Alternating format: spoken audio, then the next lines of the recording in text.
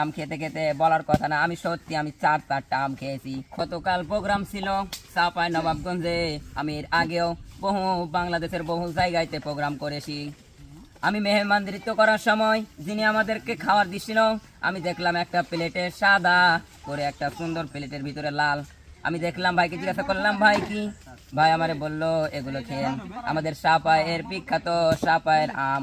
আমি বললাম আম বহু খেয়েছি, আম দরকার নেই, আমার পেট ভরা। এবার ভাই বলল না, একটা খেয়ে দেখেন। আমি আম এক টুকরো খেলাম, মুখে দিলাম। এক টুকরো মুখে দেওয়ার পরে আমি বুঝতে পারলাম না, এই চাঁপাইয়ের মাটিতে আসলে একটু জাদু আছে। অসংখ্য নিয়ামত দিয়েছে আমের ভিতরে চাঁপাইনবাবগঞ্জে। কারণ আমি একটু আম খাওয়ার পরে আমার মনটা বললো আমি আর একটু আম খাই। আম খেতে খেতে বলার কথা না, আমি সত্যি আমি 4-4টা আম খেয়েছি, খুব সুস্বাদু। এই কারণে আপনাদেরকে বলি, যদি কেউ আল্লাহর নিয়ামতকে অস্বীকার করে, আপনি আগে দেখবেন চাঁপাইকে। কারণ চাঁপাই এত সুন্দর মিষ্টি সুস্বাদু আম আমি না খেলে জানতাম না।